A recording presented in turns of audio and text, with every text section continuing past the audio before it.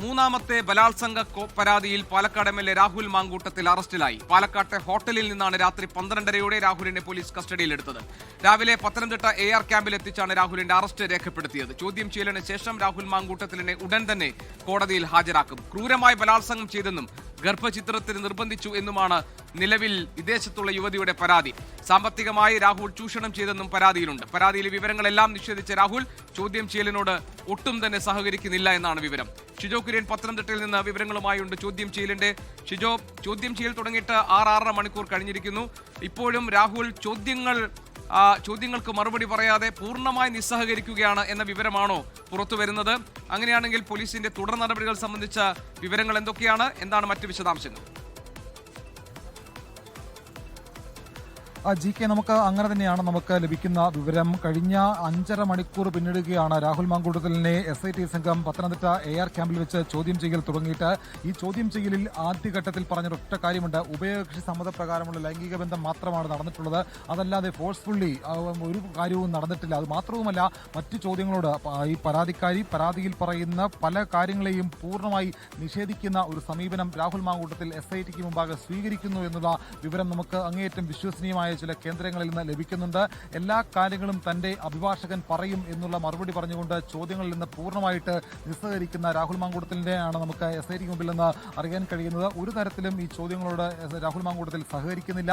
കഴിഞ്ഞ 5.5 മണിക്കൂറായിട്ട് രാഹുൽ മാങ്കൂട്ടത്തിൽ SITക്ക് മുമ്പാകെ AR ക്യാമ്പിൽ ചോദ്യങ്ങൾക്ക് നടുവിലിരിക്കുകയാണ്. ഇന്നലെ രാത്രി 12:30 പത്തനംതിട്ട KPM ഹോട്ടലിൽ നിന്ന് കസ്റ്റഡിയിലെടുത്ത് പുലർച്ചയോടുകൂടി പത്തനംതിട്ട AR ക്യാമ്പിൽ കൊണ്ടുവന്ന രാഹുൽ മാങ്കൂട്ടത്തിലിനെ ഏകദേശം 9 മണിയോടുകൂടി വൈദ്യപരിശോധനയ്ക്ക് വേണ്ടി പത്തനംതിട്ട ജില്ലാ ആശുപത്രിയിൽ കൊണ്ടുപോയി. അതിനുശേഷം അവിടുത്തെ നടപടികൾ പൂർത്തിയാക്കി ഉടൻ തന്നെ പത്തനംതിട്ട മജിസ്ട്രേറ്റ് മുമ്പാകെ ഹാജരാക്കും എന്നുള്ളതാണ് നമുക്ക് കിട്ടിയ വിവരം. തിരുവല്ല മജിസ്ട്രേറ്റിന്റെ പരിധിയിലാണ് ഈ സംഭവ വികാസങ്ങൾ നടന്നത്. ഒരു പരാതിക്കാരിയായ പെൺകുട്ടിക്ക് പീഡനം നേരിടേണ്ടി വന്നത് തിരുവല്ല മജിസ്ട്രേറ്റിന്റെ പരിധിയിലാണ്. പക്ഷേ തിരുവല്ല മജിസ്ട്രേറ്റ് ഇന്ന് ഇല്ലാത്തതിനാൽ പത്തനംതിട്ട മജിസ്ട്രേറ്റിന് മുമ്പാകെ ആയിരിക്കും രാഹുൽ മാങ്കൂട്ടത്തിലിനെ ഹാജരാക്കുക. പക്ഷേ അതിന് മുന്നോടിയായിട്ട് തന്നെ വളരെ വിശദമായിട്ടുള്ള റിമാൻഡ് റിപ്പോർട്ട് അടക്കം തയ്യാറാക്കേണ്ടതായിട്ടുണ്ട്. പരാതിക്കാരിയുടെ വിവരങ്ങൾ പരമാവധി SIT സംഘം ശേഖരിച്ചിട്ടുണ്ട്. ഇന്ന് രാത്രിയോടുകൂടി കേരളത്തിലെത്തുന്ന പരാതിക്കാരിയിൽ നിന്ന് രഹസ്യമൊഴി അന്വേഷണ സംഘം രേഖപ്പെടുത്തും. അതിനപ്പുറത്തേക്ക് ഇപ്പോൾ ലഭ്യമായിട്ടുള്ള എല്ലാ തെളിവുകളും സാധൂകരിക്കുക, അല്ലെങ്കിൽ ഇപ്പോൾ ഈ പരാതിയിൽ പറയുന്ന എല്ലാ കാര്യങ്ങളും സാധൂകരിക്കുന്ന തെളിവുകൾ SITക്ക് മുമ്പാകെ ലഭിച്ചിട്ടുണ്ട്. ഇതിനപ്പുറത്തേക്ക് ശാസ്ത്രീയമായിട്ടുള്ള സാഹചര്യ തെളിവുകളടക്കം SITക്ക് ഇനി ലഭിക്കേണ്ടതായിട്ടുണ്ട്. പരാതിക്കാരി പറയുന്ന പല കാര്യങ്ങളിലും രാഹുൽ നിഷേധാത്മക സമീപനം സ്വീകരിക്കുമ്പോൾ അതിൽ നിന്ന് രാഹുലിന് എങ്ങനെ രക്ഷപ്പെടാൻ കഴിയും? രാഹുലിനെ പരമാവധി കുരുക്കുമുറുക്കിയാണ് രാഹുലിന്റെ അറസ്റ്റിലേക്ക് പോയത്. ഇനിയിപ്പോൾ കോടതിയിലേക്ക് പോകുമ്പോഴും ഇതേ കാര്യങ്ങൾ കോടതിയിൽ തെളിയിക്കാൻ അന്വേഷണ സംഘത്തിന് കഴിയണം. അവിടെ നിന്ന് രാഹുലിനെയും അങ്ങേയറ്റം നല്ല രീതിയിൽ കുരുക്കുമുറുക്കി തന്നെ വേണം മുന്നോട്ട് കൊണ്ടുപോകാൻ. അതിനു വേണ്ടിയിട്ടുള്ള എല്ലാ തെളിവുകളും SIT സംഘം ശേഖരിക്കുകയാണ്. പക്ഷേ ഈ ചോദ്യങ്ങളോട് രാഹുൽ സഹകരിക്കുന്നില്ല എന്നുള്ള ഏറ്റവും നിർണായകമായിട്ടുള്ള ഒരു വിവരം ലഭിക്കുന്നുണ്ട്. എന്തായാലും ഈ വൈദ്യപരിശോധനയ്ക്ക് വേണ്ടി രാഹുൽ മാങ്കൂട്ടത്തിലിനെ അധികം വൈകാതെ പുറത്തേക്ക് ഇറക്കും എന്നുള്ളതാണ് മനസ്സിലാക്കുന്നത്. ഈ കേസിന്റെ തുടക്കം മുതൽ പരിശോധിച്ചു കഴിഞ്ഞാൽ SIT സംഘം അതീവ രഹസ്യമായിട്ട് തന്നെയാണ് രാഹുൽ മാങ്കൂട്ടത്തിലിനെ കസ്റ്റഡിയിലെടുക്കുന്നതും ഇവിടേക്ക് കൊണ്ടുവരുന്നതും. അപ്പോൾ ലോക്കൽ പോലീസിന് ഇത് സംബന്ധിച്ചുകൊണ്ട് യാതൊരു വിധത്തിലുമുള്ള ഒരു അറിവോ അല്ലെങ്കിൽ ഒരു വിവരമോ ഉണ്ടായിരുന്നില്ല. അപ്പോൾ ഒരു തരത്തിലും ഇതുമായി ബന്ധപ്പെട്ടുള്ള വിവരങ്ങൾ ഒരു തരത്തിലും ചോർന്നു പോകരുത്, മാധ്യമങ്ങൾക്കടക്കം ഇതുമായി ബന്ധപ്പെട്ടുള്ള വിവരങ്ങൾ ചോർന്നു പോകരുത് എന്നുള്ള അതീവ ഗൗരവത്തോടു കൂടി തന്നെയാണ് അന്വേഷണ സംഘം ഇതുമായി ബന്ധപ്പെട്ടുള്ള കാര്യങ്ങളൊക്കെ നടത്തിയത്. അതിനിടയിൽ കൂടിയാണ് ഇപ്പോൾ ഈ രാഹുലിന്റെ അറസ്റ്റിലേക്കടക്കം അന്വേഷണ സംഘം കടന്നത്. എന്തായാലും അവിടെ നിന്ന് നമുക്ക് ലഭിക്കുന്ന അങ്ങേയറ്റം വിശ്വസനീയമായ കേന്ദ്രങ്ങളിൽ തന്നെ ലഭിക്കുന്ന വിവരങ്ങളാണ് ഉഭയകക്ഷി സമ്മതപ്രകാരമുള്ള ലൈംഗിക ബന്ധം മാത്രം നടന്നുവെന്ന് രാഹുൽ പറയുന്നു. ബാക്കിയുള്ള എല്ലാ കാര്യങ്ങളും പൂർണ്ണമായിട്ട് നിഷേധിക്കുന്നു. എല്ലാം തന്റെ അഭിഭാഷകൻ പറയും എന്നുള്ള മറുപടി രാഹുൽ മൂന്നാമത്തെ പരാതിയാണ്. അതായത് രാഹുലിനെതിരെ ആദ്യ 2 പരാതികൾ വന്നു. ആദ്യം നോട്ട് ടു അറസ്റ്റ് എന്ന് കോടതിയിൽ നിന്ന് തീരുമാനം വന്നു. രാഹുലിന്റെ ജാമ്യ ഹർജിയിൽ ഇനിയിപ്പോൾ വിധി പറയാൻ ഇരിക്കുന്ന സമയമാണ്. ഈ ഘട്ടത്തിലാണ് മൂന്നാമത്തെ ഒരു പരാതി ലഭിക്കുന്നത്. അത് ഇമെയിൽ വഴിയാണെന്നാണ് മനസ്സിലാക്കുന്നത്. വിദേശത്തുള്ള വനിതയാണ് രാഹുലിനെതിരെ പരാതിപ്പെട്ടിരിക്കുന്നത്. അപ്പോൾ രാഹുലിനെതിരെ ഇപ്പോൾ നിലവിൽ 3-4 പരാതികൾ നിൽക്കുന്നു. അതുമായി ബന്ധപ്പെട്ട കാര്യങ്ങളൊക്കെ തന്നെ പോലീസിന് ഒരുപക്ഷെ രാഹുലിൽ നിന്ന് ചോദിച്ചറിയാനുണ്ടാകും. ഇതിനോടൊക്കെ കൂടുതലൊന്നും ഞാൻ പറയില്ല, ഇതെല്ലാം ഇനി അഭിഭാഷകൻ കാര്യങ്ങളൊക്കെ പറഞ്ഞുകൊള്ളും എന്ന ഒരു സമീപനമാണോ രാഹുൽ മാങ്കൂട്ടത്തിലിന്റെ ഭാഗത്തു നിന്ന് ഉണ്ടാകുന്നത്? പിന്നെ കോടതിയിൽ കൊണ്ടുപോകണം. എപ്പോഴാണ് കോടതിയിലേക്ക് രാഹുലിനെ കൊണ്ടുപോവുക? ഇനിയുള്ള തുടർ നീക്കങ്ങൾ സംബന്ധിച്ച വിവരങ്ങൾ കൂടി.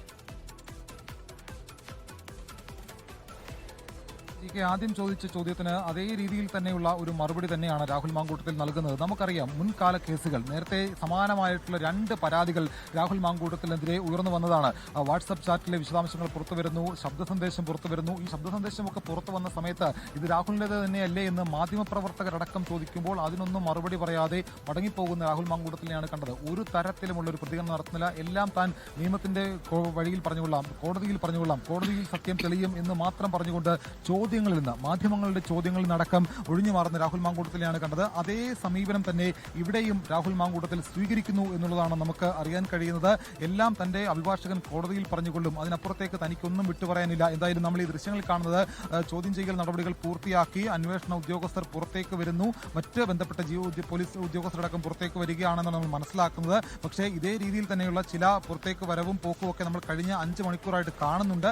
അതുകൊണ്ട് തന്നെ ഇതിപ്പോൾ രാഹുലുമായിട്ട് വാഹനം പുറത്തേക്ക് ഇറങ്ങാൻ ഒരുങ്ങുന്നതാണോ എന്ന് നമുക്ക് ഈ ഒരു ഘട്ടത്തിൽ തീർച്ചപ്പെടുത്താൻ കഴിയില്ല. എന്തായാലും രാഹുലുമായിട്ട് അധികം വൈകാതെ ഇനിയിപ്പോൾ അന്വേഷണ സംഘം SIT ജില്ലാ ആശുപത്രിയിലേക്ക് വൈദ്യപരിശോധനയ്ക്ക് വേണ്ടി കൊണ്ടുപോകും. വൈദ്യപരിശോധനയ്ക്ക് വേണ്ടി ജില്ലാ ആശുപത്രിയിലേക്ക് കൊണ്ടുപോകുമ്പോൾ സ്വാഭാവികമായിട്ട് നമുക്കറിയാവുന്നതുപോലെ വൈദ്യപരിശോധന എന്ന് പറയുന്നത് ഒരു സാധാരണ ഒരു പ്രോസസ്സ് മാത്രമാണ്. അതിന് ഏറിയാൽ 15-20 മിനിറ്റ് മാത്രമാണ് അവിടെ ഉണ്ടാവുക. അതിനുശേഷം ആ വൈദ്യപരിശോധന പൂർത്തിയാക്കി എത്രയും വേഗം മജിസ്ട്രേറ്റ് മുമ്പാകെ ഹാജരാക്കും. മജിസ്ട്രേറ്റ് മുമ്പാകെ ഹാജരാക്കുമ്പോൾ സ്വാഭാവികമായിട്ട് നമ്മൾ പ്രതീക്ഷിക്കുന്നത് റിമാൻഡിലേക്ക് പോകുമെന്നുള്ളതാണ്. റിമാൻഡിലേക്ക് പോയി കഴിഞ്ഞു കഴിഞ്ഞാൽ പിന്നീട് SITക്ക് കസ്റ്റഡി അപേക്ഷ കോടതിയിൽ കൊടുക്കേണ്ടി വരും. കസ്റ്റഡി അപേക്ഷ ഇന്ന് തന്നെ കൊടുത്താൽ പോലും ആ കോടതി അത് ഇന്ന് പരിഗണിക്കാനുള്ള സാധ്യതയില്ല. അതുപോലെ കസ്റ്റഡി അപേക്ഷ അപ്പോൾ രാഹുലിനെ കസ്റ്റഡിയിൽ കിട്ടുന്നത് നീണ്ടുപോകും. അപ്പോൾ ഈ തെളിവുകളടക്കം രാഹുലിൽ നിന്ന് ശേഖരിക്കേണ്ടതായിട്ടുണ്ട്, രാഹുലിൽ നിന്ന് വിവരങ്ങൾ ശേഖരിക്കേണ്ടതായിട്ടുണ്ട്. ഒരു നിഷേധാത്മക സമീപനം ചോദ്യങ്ങളോട് സ്വീകരിക്കുന്ന രാഹുലിനെ കസ്റ്റഡിയിൽ വേണം എന്നുള്ള ആവശ്യം അടിയന്തരമായിട്ട് തന്നെ SIT ആവശ്യപ്പെടും. പക്ഷേ അതിന് പറ്റിയ നിയമപരമായിട്ടുള്ള കാര്യങ്ങൾ ഉള്ളതുകൊണ്ട് കോടതി ഈ കസ്റ്റഡി അപേക്ഷ പരിഗണിക്കുന്നതിന് സമയവും മറ്റു കാര്യങ്ങളും ഒക്കെയുണ്ട്. എന്തായാലും അങ്ങേയറ്റം നിർണായകമായിട്ടുള്ള മണിക്കൂറുകളിലൂടെയാണ് കാര്യങ്ങൾ കടന്നുപോകുന്നത്. ഏതായാലും ഇനി വൈദ്യപരിശോധനയ്ക്ക് കൊണ്ടുപോകുക, കോടതിയിൽ ഹാജരാക്കുക തുടങ്ങിയ നടപടിക്രമങ്ങളാണ്. അതിലേക്ക് പോലീസ് ഉടൻ തന്നെ കടന്നേക്കുമെന്നാണ് മനസ്സിലാക്കാൻ കഴിയുന്നത്. ഏതാണ്ട് 6 മണിക്കൂർ പിന്നിടുന്നു രാഹുലിനെ ചോദ്യം ചെയ്യാൻ തുടങ്ങിയിട്ട്. കാര്യമായി പോലീസിന്റെ ചോദ്യം ചെയ്യലിനോട് പ്രതികരിക്കുന്നില്ല. എല്ലാ കാര്യങ്ങളും അഭിഭാഷകൻ പറയും എന്നാണ് രാഹുൽ മാങ്കൂട്ടത്തിൽ പറഞ്ഞതായി പുറത്തുവരുന്ന സൂചനകൾ.